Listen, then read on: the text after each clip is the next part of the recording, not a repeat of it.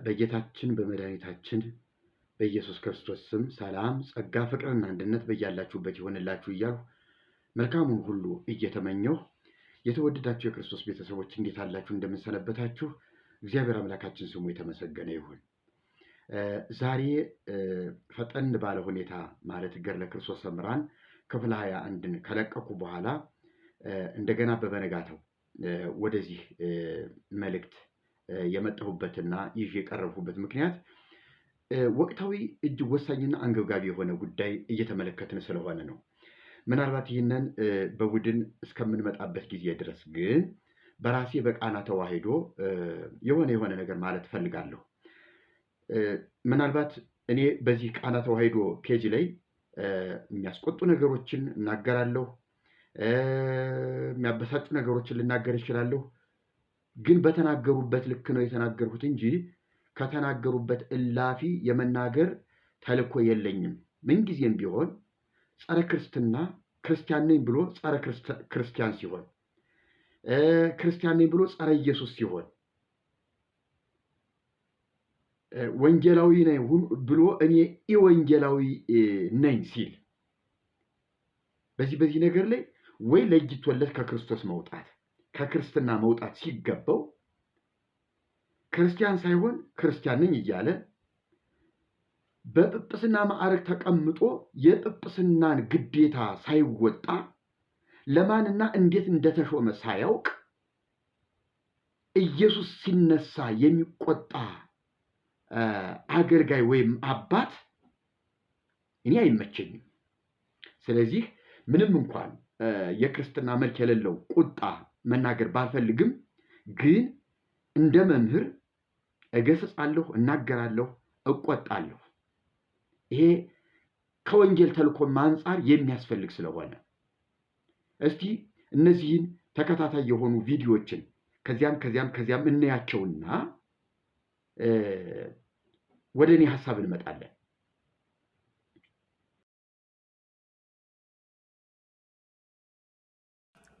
ፍጡር ቤዛ መሆን አይችልም። ይህ ይግባችሁ። ቤዛ ማለት ስለሌላ ተላልፎ መሰጠት ማለት ነው። ነይ ነይ እምዬ ማርያም ቤዛ ነሽ አሉ ለዓለም። እመቤታችን ቤዛ አይደላችም። ቤዛ ልጇ ነው። አትደንግጡ። ቤዛ ልጇ ነው። ነይ ነይ ቤዛ ነሽ አሉ ለዓለም ተብሎ አይሰበክም። ቤዛ ተቀዳሚ ተከታይ የሌለው አንድ የእግዚአብሔር ልጅ ብቻ ነው። በቅድሚያ ተዋህዶ ልጆች ሁላችሁ እንኳን ሰላም አደረሳችሁ። እንግዲህ እንደሰማችሁት ትንሽ ለጆሮ ጭው የሚያደርግና የሚያስደነግጥ ይሄ በመናፍቃኑ ዘንድ የምንሰማውን ምንፍቅና በእኛም እኛው ቤት ውስጥ ባሉ አባቶች ለዛውም በቤተ ክርስቲያን መድረክ ላይ እንዲህ ያለ የምንፍቅና ንግግር መስማት ትንሽ ያስደነግጣል። እንግዲህ ወደ ሐሳቡ ስንገባ ጳጳሱ ያቀረቡትን ሐሳብ ስንመለከት የመጀመሪያውና አንደኛው ፍጡር ሆኖ ቤዛ የሚባል የለም የሚል ነው። ሁለተኛው ደግሞ ይሄ ብቻ አይደለም፣ ከፍጡራን መካከል የሆነችው ከፍጡራን ሁሉ በላይ በክብሯ ንጽሕት ቅድስት የሆነችው እመቤታችን ቅድስት ድንግል ማርያም ቤዛዊተ ዓለም አትባልም። በቀጥታ ቋንቋ ቤዛ የሚለው ቃል ሊገልጻት አይችልም፣ ለእሷ ሊነገርም አይችልም የሚል ነው። እንደውም ጭራሽ የምንዘምረውንም መዝሙር ጠቅሰው ነው ጭራሽ እንዲህ ብሎ የሚሰብክ የሚዘምርም ስህተት ነው ነይ ነይ እምዬ ማርያም ቤዛ ነሽ አሉ ለዓለም የሚለው ምንድን ነው ስህተቱ? ነው የሐሳቡ ወይም የምንፍቅና ያሰኘው ምንድን ነው? የመጀመሪያው ስህተት ፍጡር ሆኖ ቤዛ የሚባል የለም። ከዛ ደግሞ ይባስ ብሎ ንጽሕት ድንግል ማርያምን ቤዛዊተ ዓለም አትባልም ማለት ይሄ በጣም ነውርም በጣም ትልቅ ምንፍቅናም ነው። በጣም ስህተት ነው።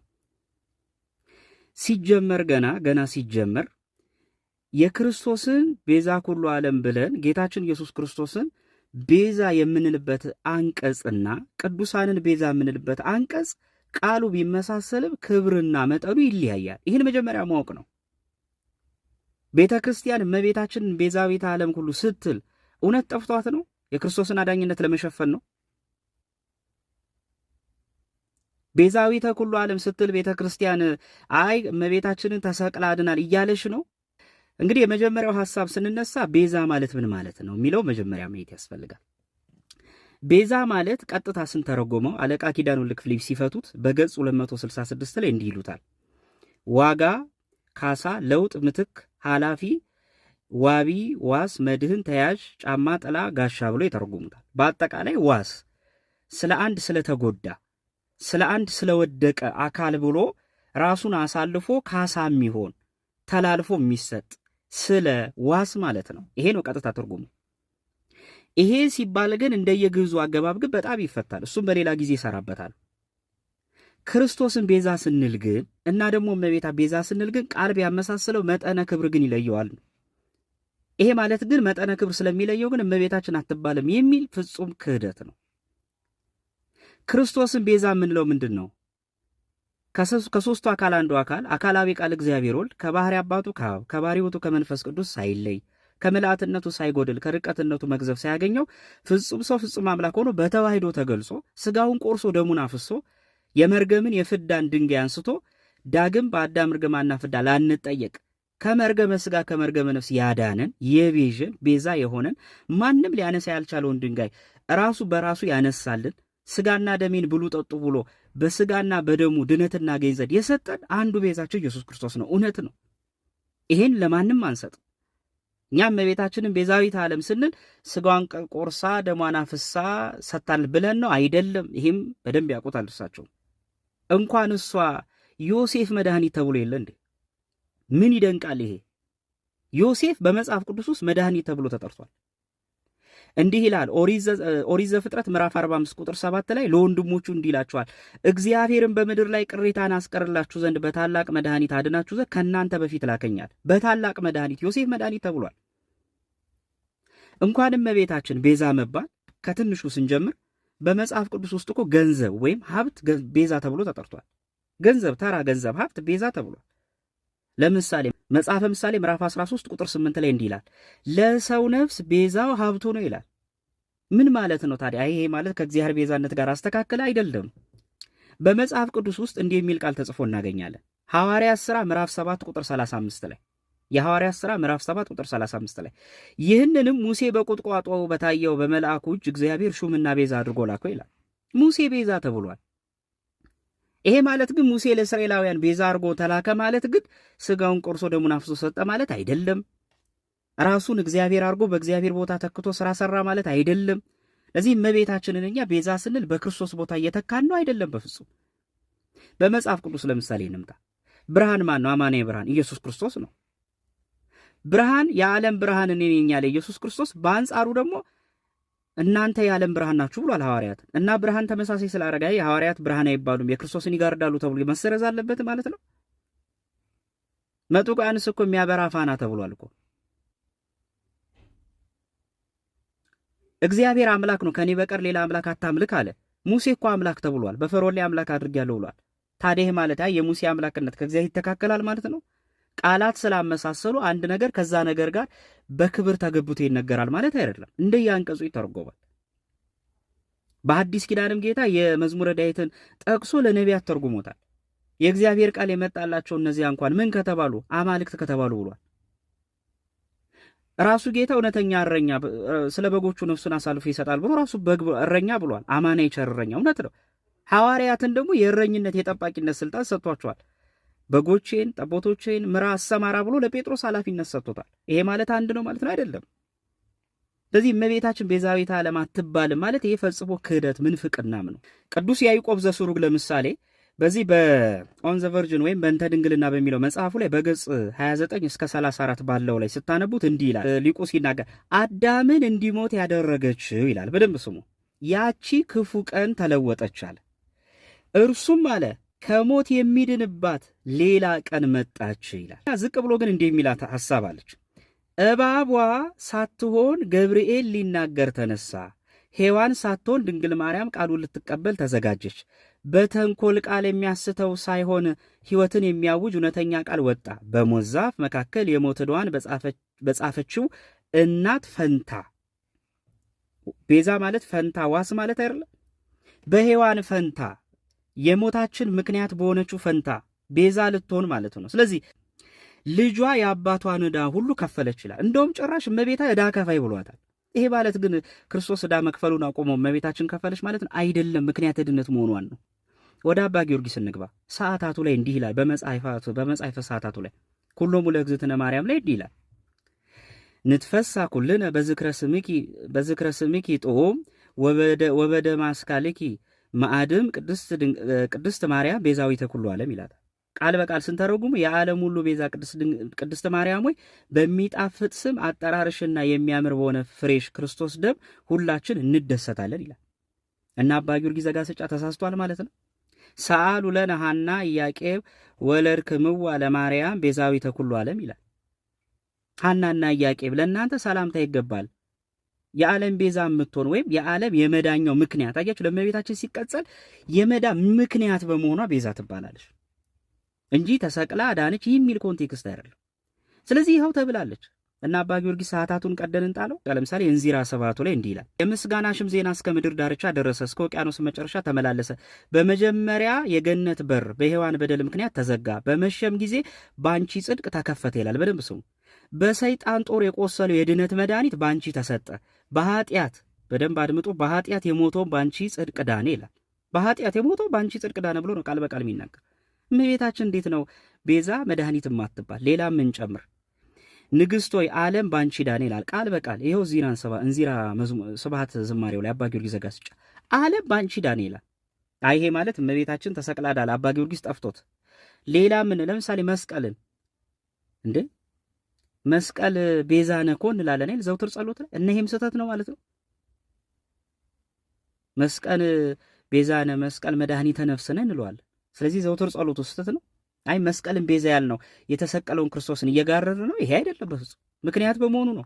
እንዲህ በጣም ብዙ መጥቀስ ይቻላልና ፍጡር መድኃኒት የለም፣ ቤዛ የለም፣ እንደገና ደግሞ ቤዛዊተ ኩሉ አትበሉ የሚል ይሄ ራሱ ክደት ነው፣ ምንፍቅና ነው። ፍጡር ቤዛ መሆን አይችልም። ይሄ ይግባችሁ።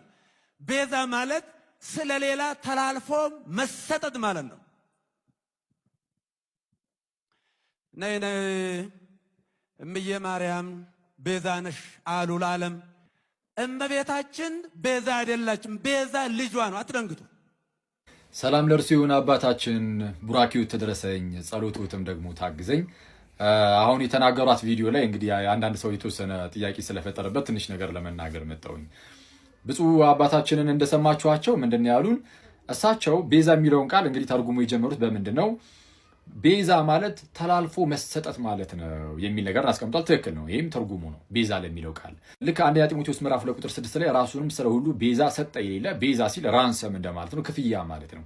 እና ክፍያ ሆኖ ስለ ሁላችን ስለ ኃጢአት ተላልፎ የተሰጠው ጌታችን ኢየሱስ ነው። እና ከዚህ አንጻር ቤዛ የሚለውን ቃል ስንናገር ይህንን እያሰብን ከሆነ ቤዛ የምንለው ብፁዕ አባታችን እንዳሉትም ያው ከጌታችን ውጭ ቤዛ ሊኖር ማንም አይችልም። እመቤታችንም ሌሎች ቅዱሳን መላእክትም ሆኑ ሌሎች ቅዱሳን ሰዎች ይህንን ነገር አላደረጉትም እና ቤዛችን ጌታችን ኢየሱስ ብቻ ነው።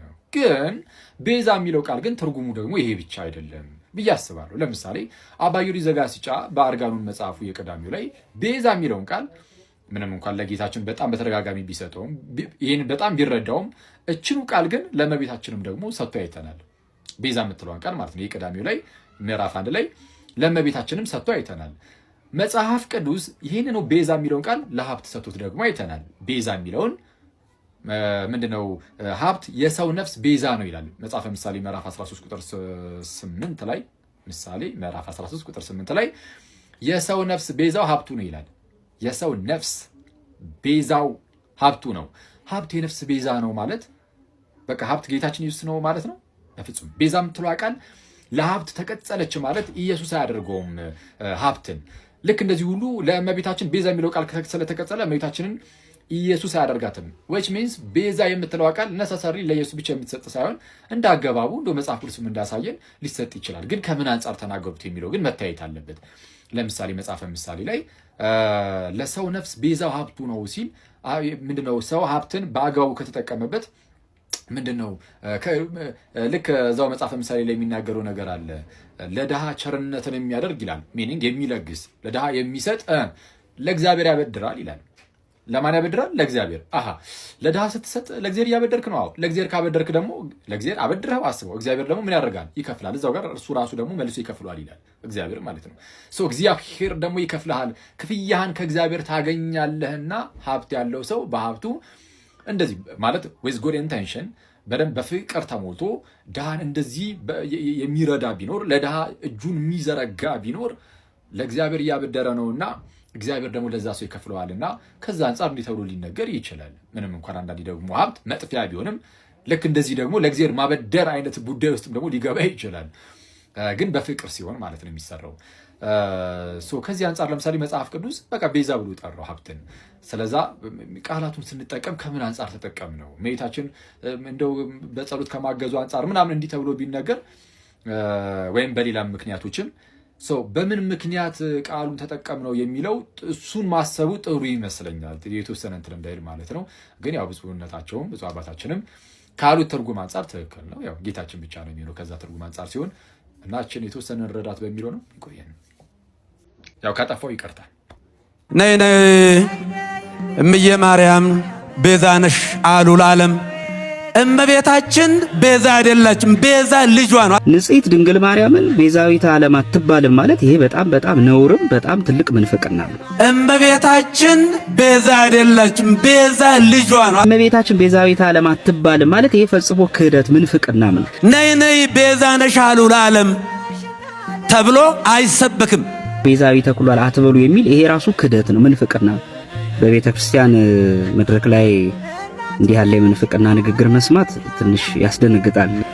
ብፁዕ አባታችን እንዳሉትም ያው ከጌታችን ውጪ ቤዛ ሊኖር ማንም አይችልም። እመቤታችንም ሌሎች ቅዱሳን መላእክትም ሆኑ ሌሎች ቅዱሳን ሰዎች ይህንን ነገር አላደረጉትም እና ቤዛችን ጌታችን ኢየሱስ ብቻ ነው። ምንድነው ስህተቱ? ነው የሐሳብ ወይም የምንፍቅና ያሰኘው ምንድነው?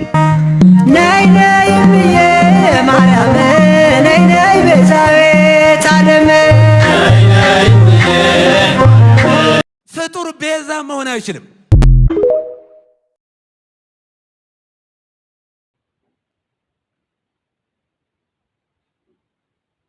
ልብ በሉ እንግዲህ እነዚህ የሰማችኋቸው አገልጋዮች ኢየሱስ ብቸኛ ቤዛ ለምን ተባለ? ኢየሱስ ብቻውን ቤዛ አይባልም። ቤዛ የሚባሉ ሌሎችም አሉ። ስለዚህ ጳጳሱ ተሳስተዋል ነው እያሉ ያሉት። ጳጳሱ የኑፋቄ ትምህርት አስተምረዋል ነው እያሉ ያሉት።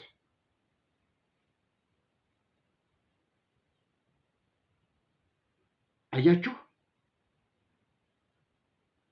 ኢየሱስ ብቻውን ቤዛ ነው። ፍጡር ቤዛ ሊባል አይችልም።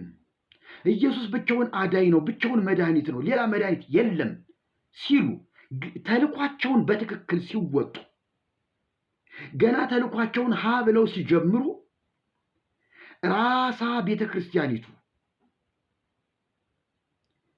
ወንጌላዊት ነኝ ሐዋርያዊት ነኝ የምትል የክርስቶስ ቤተ ክርስቲያን ነኝ የምትል ወልድ ዋሕድ ብዬ የማምን ነኝ የምትል ቤተ ክርስቲያን እንዴት ኢየሱስ ብቻውን ቤዛ ነው ብለው ተናገሩ በማለት ጳጳሱን ለማውገዝ ጳጳሱን በነገር ለመውጋት፣ ለማሳቀቅ፣ ለማሸማቀቅ ከህዝብን ለመነጠልና ለመለየት ብቸኛ ለማድረግ ዘመቻ እየተካሄደ ነው። ማንም ተነስቶ ቲክቶክ ላይ መምህር ሆኖ ጳጳሱ መናፍቅ ናቸው ይላል፣ ጳጳሱ ክደዋል ይላል። ሲኖዶሱ ያላሰበውን ያልፈለገውን ውሳኔ እንዲወስን እነዚህ ወጣቶችና ውርጋጦች እንደልባቸው እየፈነጩ እየጮሁ ነው። ምን አሉ ቢሏቸው ምን እንደሚመልሱ እግዚአብሔር ይወቅ። ጥፋታቸው ምንድነው? ኢየሱስ ቤዛ ነው አሉ። አዎ ብቻውን ቤዛ ነው። የመጽሐፍ ቅዱስ መጥቀስ አይቻልም እንዴ ለዚህ ነገር?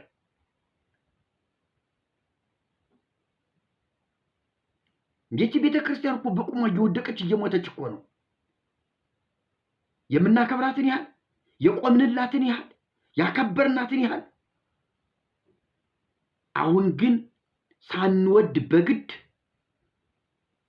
ሌላ ታምር እንድንፈጥር ሌላ ታምር እንድንሰራ እያስገደዱን ነው እነዚህ ሰዎች።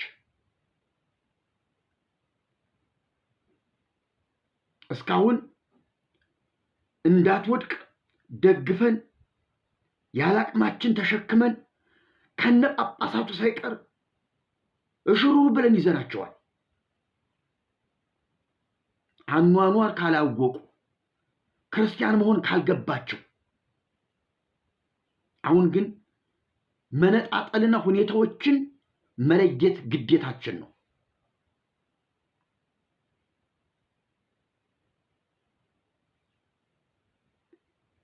በሩ እኔ ነኝ፣ በእኔ በቀር ወደ አብ የሚገባ የለም። ይሄ ቃል የማይገዛት ቤተክርስቲያን አይደለችም። በሩ እኔ ነኝ፣ በእኔ በቀር ማለት ምን ማለት ነው? እኔ ብቻ ነኝ በሩ እያለ አይደለም እንዴ? በሩ እኔ ብቻ ነኝ፣ ብቻ የሚባል ነገር የለም ብሎ መስበክ ከየት መጣ? በእኔ በቀር ማለት በእኔ ብቻ ካልሆነ በስተቀር ማለት እኮ ነው። ይሄ የማይገባው ኦርቶዶክስ፣ ይሄ የማይገባው ተዋህዶ የኢየሱስ ነኝ ብሎ ሊሞግተኝ አይችልም።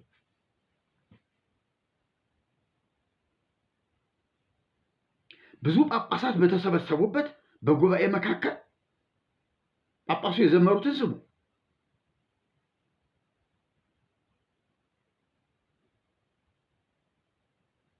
እመቤቴ ሆይ ጠላት የዘራውን እንክርዳድ ለይ። አንድ ጳጳስ፣ አንድ አባት በጃጀ ባለቀ ማንነታቸው ነፍሳቸው ልትለይ ደቂቃ እየጠበቀች ባለችበት ጊዜ ጌታዬ መድኃኒቴ ቤዛዬ ሆይ ብለው ተናዘው አባቴ ሆይ እግዚአብሔር በድያለሁ፣ ለጥቅሜ ለክብሬ ስል ልጅህን ዋሽቼዋለሁ፣ እንደሚገባኝ አልሰበኩም፣ እንደሚገባኝ ወንጌል ይዤ አልሮጥኩም ማለት ሲገባቸው እንዴት ኢየሱስ ተነሳ ብለው እመቤቴ እመቤቴ ብለው ይቆዝማሉ?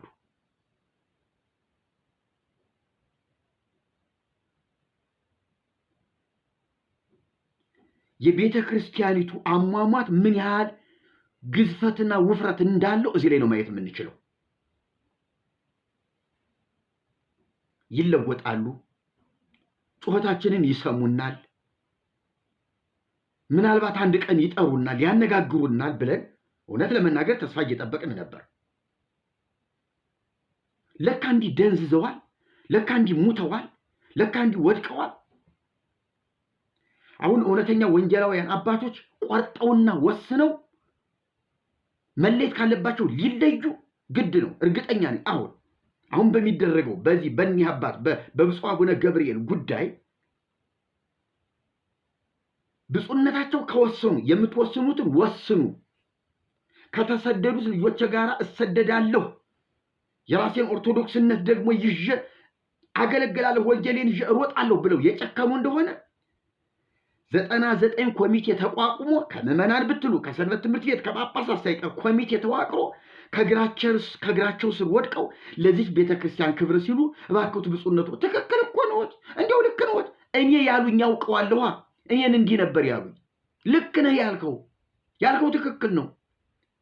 ነገር ግን ህዝቡ ተቆጣ፣ መጽሔቱ ጋዜጣው በጣም ሌላ ነው እያወራ ያለው፣ ዝም ብለህ ተሳስቻለሁ ብለህ በለን እኮ ነው ያሉኝ። እንዲህ እኮ ነው እኔን ያባበሉኝ። ብፁዕነታቸውን እርግጠኛ ነኝ ከእኔ በበለጠ ሁኔታ ከእግራቸው ስር ወድቀው ይማጸኗቸዋል ለቤተ ክርስቲያኒቱ ክብር ሲሉ። ምክንያቱም እሳቸው ከወጡ አደጋ አለ፣ ውድቀት አለ፣ የህዝብ መናወጥ፣ የህዝብ ማዕበል አለ፣ ሌላ ታምር ይፈጠርባቸዋል፣ ገመናቸው ይገለጥባቸዋል። ስለዚህ ይህንን መልእክት ባካችሁ ለብፁዕነታቸው አድርሱልኝ እንዲጨክኑ፣ ይሄን እውነት ይሄን ህይወት በትክክል አባትነታቸው እየተወጡ ስለሆነ እነ ብፁዕ አቡነ በርናባስ ከኒህ አባት ጎን በበለጠ ሁኔታ ጠንክራችሁ ልትቆሙ ይገባል። አውግዙን በሏቸው፣ እሳቸው ብቻ አይደሉም፣ እኔ ጭምር ልወገዝ ይገባል፣ እኔም የእሳቸው ተልኮ ያለኝ ሰው ነኝ ልትሉ ይገባል። ሰባኪዎች እውነት የገባችሁ ከብፁዕነታቸው ጎን እንድትቆሙ፣ ምዕመናን ከብፁዕነታቸው ጎን እንድትቆሙ፣ ኦርቶዶክስ እንድትቆም እንድትቀጥል ከፈለጋችሁ የብፁዕነታቸው ሐሳብ ትክክል ነው። መዳን በሌላ በማንም የለም የሚለው የሐዋርያው ቃል ኢየሱስ ብቻውን ነው አዳኝ እያለን ነው። ቤዛ እሱ ብቻ ነው እያለን ነው። ኦርቶዶክስ እኮ ቤተክርስቲያን አለው የምትለው ክርስቲያን የምትለው እኮ መቃብር ቤዛዬ ነው፣ ሬሳ ቤዛዬ ነው፣ ተቅማጥ ቤዛዬ ነው። አያሳፍርም? ዝክር ተስካር ፍታት ቤዛዬ ነው፣ ሁሉ ነገር ቤዛዬ ነው እያለችን እኮ ነው። ቤዛ ኢየሱስ ብቻ አይደለም እየተባለ እኮ ነው። እቺ ቁርጥ ቀን ናት። እቺ ቁርጥ ቀን መሆን አለባት። ብፁዕነቱ እንዳይሸነገሩ፣ ለቅሶና እንባ እንዳያታልሉ እባክዎ ይጨክኑ። ሰማያዊ መንግስት ይበልጥብዎታል። ታምር ይስሩ፣ ታሪክ ይስሩ። በህይወቱ ምናልባት ከእርሶ በፊትም በዚች ሀገር እና አባ እስጢፋኖስ ካልሆኑ በስተቀር በእርሶ እንደ እርሶ ያለ አባት እስካሁን አልተነሳም። አቡነ ጴጥሮስ በጣሊያን የተገደሉት ህዝቡ ለጣሊያን እንዳይገዛ ስላወጁ ነው እንጂ እምነትዎትን ካዱ ተብለው አይደለም። ጣሊያን አቡነ ጴጥሮስን እምነትዎትን ይካዱ አላሏቸው፣ ክርስትናን ይካዱ አላሏቸው፣ ኦርቶዶክስን ይካዱ አላሏቸው። ከህዝቡ ጎን በፖለቲካ ስለቆሙ፣ ለህዝቡ ስለወገኑ፣ ለኢትዮጵያዊነት ስላደሉ ቅዱስ ጻድቅ አማላጅ ተብለው ቤተክርስቲያን ተሰርቶላቸው ጽላት ተቀርጾላቸው እየተሰገደላቸው እየተመለኩ ነው ያሉት። ለምድራዊ ነገር ጀግና ተብለው ጻድቅ ተብለው ለሰማያዊው መንግስት ለክርስቶስ ደግሞ ብፁዕ አቡነ ገብርኤል ታሪክ ይስሩ፣ ታምር ይስሩ። እኛ ልጆቹ ከጎን ሆነን እርሶ ያሉትን እርሶ የቆሙበትን እውነት እናውጃለን፣ እንሰብካለን። እውነተኛ ኦርቶዶክስነት የት ላይ እንዳለ እናሳያቸዋለን። በያው እግዚአብሔር ይሾታለሁኝ። ንስሐ ይገባሉ። ከሲኖዶስ ውሳኔ እንጠብቃለን። የሆነ ቀኖና የሆነ ምናምን 300 ስግደት፣ ይህን ያህል ስግደት፣ ይህን ያህል ጾም ጸሎት ከአገልግሎት ታግደው እንትን ብለው ሱባኤ ገብተው የሆነ ገዳም ቆይተው ኢየሱስ በማለቱ ኃጢአት ሰርተዋል ሊባሉ ነው።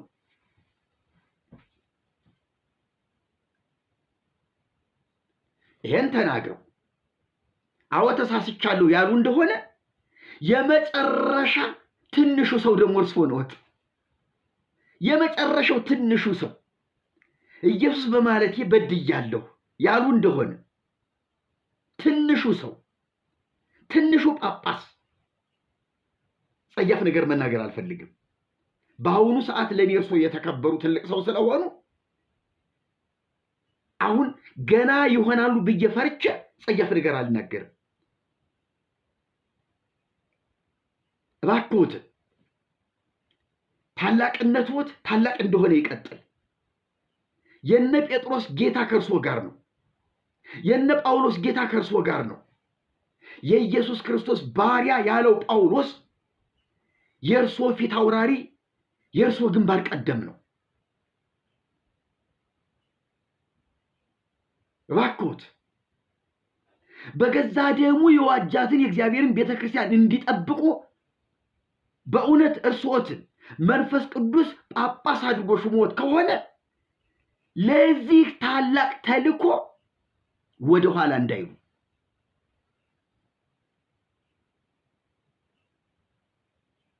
ብቸኛ ጀግና ነዎት።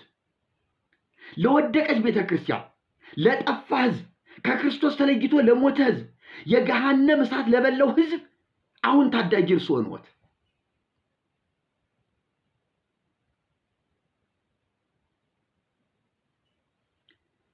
እንዴ ትልቅ ኦርቶዶክስ ቤተክርስቲያን እኮ መገንባት ይችላሉ።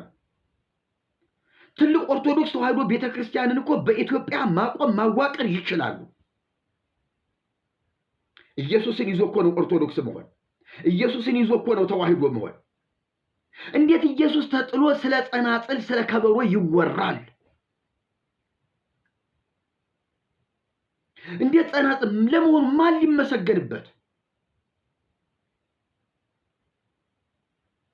ኢየሱስ ተጥሎ ማን ሊሰበክ?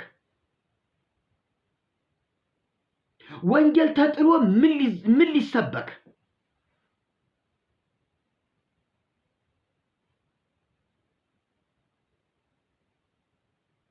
ምን አይነት ድንቁርና ነው?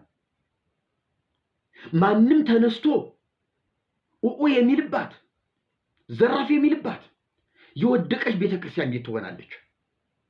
ለነገሩ እና አቡነ ማትያስ የተቀመጡባት አቡነ ማትያስ አሁን በእውነት በንቃት በብቃት አባትነታቸውን ይወጣሉ እንዴ? ተልኳቸውን የመወጣት አቅም አላቸው? ምን እየተሰራ እንዳለ የመስማት አቅም አላቸው? ከፊታቸው ቆመው 3 ጊዜ ቢነግሯቸው አሁን ይገባቸዋል? ያሉበት የእድሜ ደረጃ ያሉበት ሁኔታ ይፈቅድላቸዋል? እሺ መንበሩን ያዙት። ለምንድን ነው ሌሎቹ ስራውን እንዲሰሩ የማይፈቅዱ?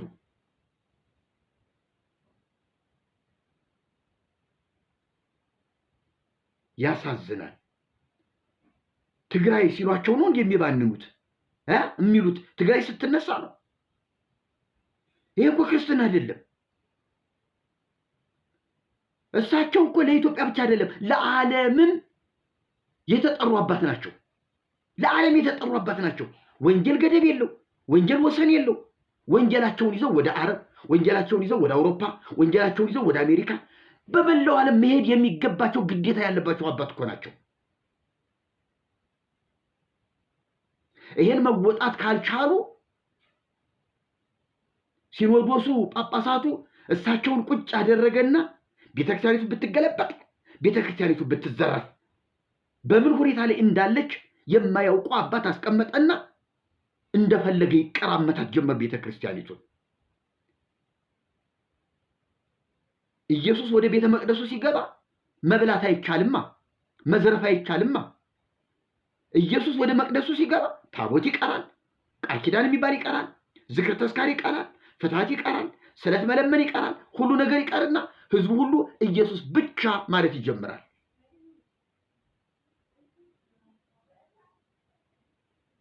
ያኔ ሆድ ይጠባል። ያ ተራራ የሚያክል ሆድ ይጠባል። ያ ጎተራ የሚያክል ሆድ ምን ይችለዋል? ምን ይችለዋል? ስለዚህ ኢየሱስ ሲነሳ መደንገጥ ግዴታቸው ነው።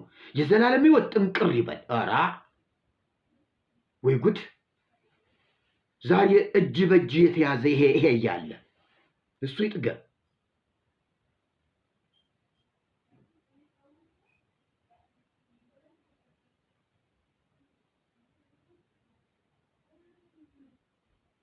አሁን እውነት ለመናገር ማምረር መቆጣት ያለብን እንግዲህ እኛ ምን ምዕመናን ወገኖቻችን እባካችሁን አትደናበሩ፣ ተረጋጉ። እኒህን ሰዎች ወጥራችሁ ያዟቸው። ውድቀትና ሞት እየመጣ ነው። ውርደት እየመጣ ነው። እናንተ አቋቋማችሁን ካላስተካከላችሁ መሪዎቻችሁ ሊገደሏችሁ።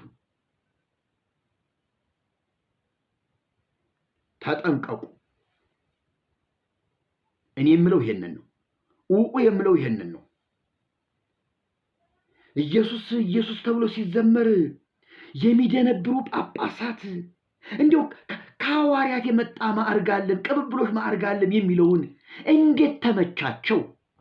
ኢየሱስ የጎረበጣቸው ከሐዋርያት የመጣ ቅብብሎች ማዕርግ ነው ያለኝ የሚለው እንዴት ተመቻቸው? እንዴት ደላቸው?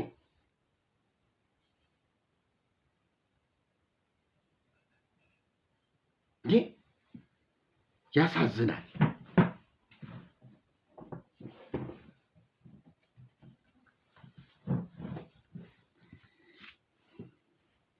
ይሄ ቃል የማይገዛው አባት፣ በዚህ ቃል የማትመራ ቤተ ክርስቲያን፣ ነገሮቿን ሁሉ በዚህ መጽሐፍ በዚህ ሕያው ቃል የማትመረምር ቤተ ክርስቲያን እንዴት ቤተ ክርስቲያን ትባላለች? እግዚአብሔር በሚያውቀው እኛ የተሐድሶ ልጆች ኦርቶዶክስ ቤተክርስቲያን ትባላለች፣ ቤተክርስቲያን የሚያስብሏትኝ በርካታ እውነታዎች አሏት እያል ወንጌላውያኑ ፕሮቴስታንቱን ብዙ ስንሞግት ብዙ ስንደርቅ በግድ አስገድደን አዎ ቤተክርስቲያን ናት እንዲሉ አስብለን መጽሐፍ ቅዱስ ስትበር ዘረግዚዮ ሲባል ግደላችሁም ተረጋጉ ምንም አይደለም ይሄ እንዲህ የምትለው ነገር ስላላት ቤተክርስቲያን ናት እያልን ስንዋሽ አቃተን። አሁን በቃን። አሁን እየተሸነፍን ነው። አሁን በዚህ ጊዜች ቤተክርስቲያን ይሄን ነገሯን ማስተካከል ማትችል ከሆነ አፍርሶ ወደ መስራት ለመግባት እንገደዳለን። እስካሁን የተሐድሶ ነገር ነበር። እስካሁን ተሐድሶ ነበር። አሁን ግን አፍርሶ መስራት እንገደዳለን። ወንጌል ከሌላት ወንጌልን ከበረዘች ኢየሱስ ሲባል አላውቅም ብላ የምትክድ ከሆነ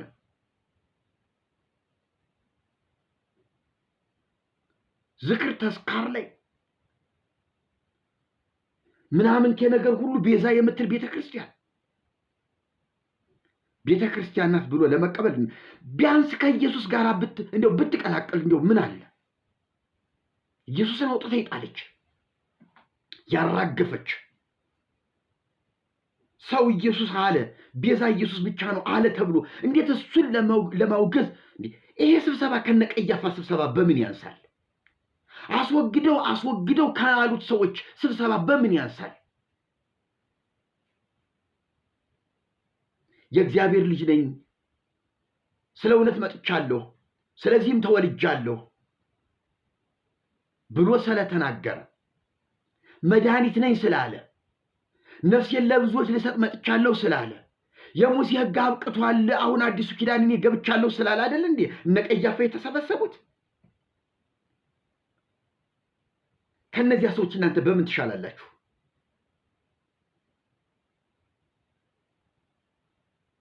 በጣም የሚዘገንን በጣም የሚያሳፍር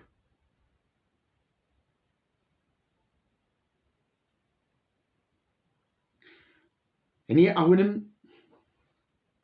እስከ ጥቂት ቀን ድረስ ምናልባት በመምከር እባካችሁ በማለት በመማጸን ልቆይ ይችላለሁ።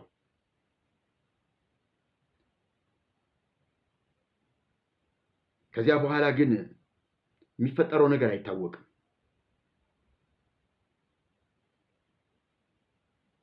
ምን እየሰራን የት እንዳለን ምናልባት አታውቁ ይሆናል። የምታውቁበት ቀን ግን እየመጣ ነው። ያኔ ድርድር ማንሰማበት ያን ጊዜ ምክክር ማንሰማበት ጊዜ ይሆናል። ቆቡንና ቀሚሱን እያወለቃችሁ ወደ እርሻችሁ የምትሄዱበት ቀን እየቀረበ ይመስለኛል። ብፁዕ አቡነ ገብርኤል እኔ ለብፁዕነቱ አደራ እላለሁ። ብፁዕ አቡነ በርናባስ እባካችሁ ይህን መልእክት አድርሱልኝ ለሁለቱም። በክብር እየተጠበቃችሁ እንዳላችሁ፣ በሞገስ እየተጠበቃችሁ እንዳላችሁ፣ ሕዝብ እናንተን እየጠበቀ እንዳለ በውስጥም ሆናችሁ በውጭም ብትወጡ ከነ ማዕርጋችሁ ከነ ክብራችሁ የምትወርሱት የምትመሩት እጅግ ብዙ ሕዝብ እንዳለ እንድትረዱልኝ ይፈልጋለሁ። ስትወጡ ብቻችን ተነጥለን ዛፍ ስር የምንቀመጥ ነን ብላችሁ እንዳታስቡ እንዳታስቡ። እንዲያ ነበር እኛ ስንጀምር፣ እውነት ነው። ከዛፍ ስር ቁጭ ብለን ነበር። ዛሬ ግን ሚሊዮኖች ከጎናችንም ከኋላችንም ሆነው በርቱ ጀግኑ እያሉን ነው። አሁን እናንተ ደግሞ እኛን ጨምራችሁ የኛን ህዝብ ይዛችሁ እንደገና አዲስ ትውልድ ደግሞ ማዕበል የሆነ ትውልድ ደግሞ ቦታ እስከሚጠበው ድረስ መጥቶ መስቀል አደባባይን የጠጠር መጣያ እስኪጠፋ ድረስ አጨናንቆት እናንተን የሚጠብቅበት ቀን ቅርብ ነው። ብቻ ተገፉ። እንደኔ ግን ቤተክርስቲያኒቱ እናንተን ብትገፋችሁ ጥሩ ነው። እናንተን ብትገፉ እሺ ይኸው ብላችሁ ከነሱ ወጣ ብትሉ ከግራችሁ ስር ወድቀው የሚያነቡት እንባ እባካችሁ እንዳይሸነግላችሁ።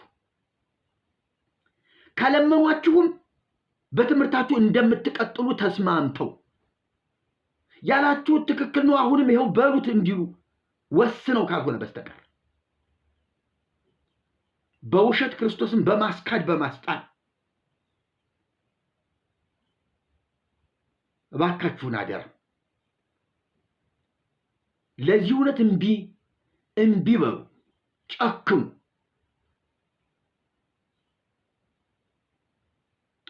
ሌላ ምንም አልልም። ምናልባት በቅርብ ቀን ይሄንኑ ቃል አጠንክሬ ሌሎች የተለቀቁ ነገሮችን እንደ ማስረጃ እንደዋቢ አድርጌ እመጣለሁ። ጠብቁኝ። እግዚአብሔር ይባርካችሁ። ከመግቢያዬ ላይ የተለቀቁትን የተለያዩ ቪዲዮዎች፣ ጩኸቶች፣ ተቃውሞች በደንብ ይዋቸው። የጳጳሱን ንግግርም ይውልኝ። ይህን ፕሮግራም ግን ለበርካታ ሰዎች ባለፈው ጊዜ ከ4 ቀን በፊት ይመስለኛል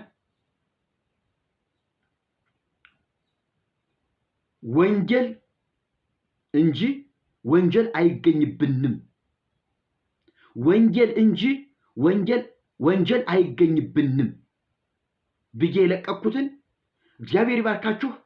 በርካታ ሰዎች ከሌላውም ፕሮግራሚ በተለየ ሁኔታ በዚህ በቃና ተዋሂዶ አይታችሁታል። ይህንን ፕሮግራሜን በሀገር ውስጥ በውጭ ሀገር ያላችሁ እባካችሁን ሼር፣ ኮፒ ሊንክ በማድረግ ለሌሎቹ እንድታደርሱልኝ አደራ እላለሁ። ይህ የቤተ ክርስቲያን ድምፅ ይሁን። ይህ የሐዋርያት የነ ጳውሎስ የነ ጴጥሮስ ድምፅ ይሁን። የጽጌ ድምፅ አይደለም። እኔ የእነሱን ድምፅ ነው እየጮኩ ያሉት። እናንተም ይህን ድምፅ እንደነሱ ሆናችሁ ከኔ ጋር አብራችሁ እንድትጮሁልኝ ይፈልጋለሁ። እንጮህ፣ ግድ የላችሁ። መሞት ካለን ቀድሜ እሞታለሁ። የሚሆን ነገር ካለን ቀድሜ እሆናለሁ። እግዚአብሔር ይባርካችሁ። ተባረኩልኝ። በቅርብ ደግሞ በዚሁ ተመሳሳይ መልእክት እመጣለሁ። ሰላም ሁኑ።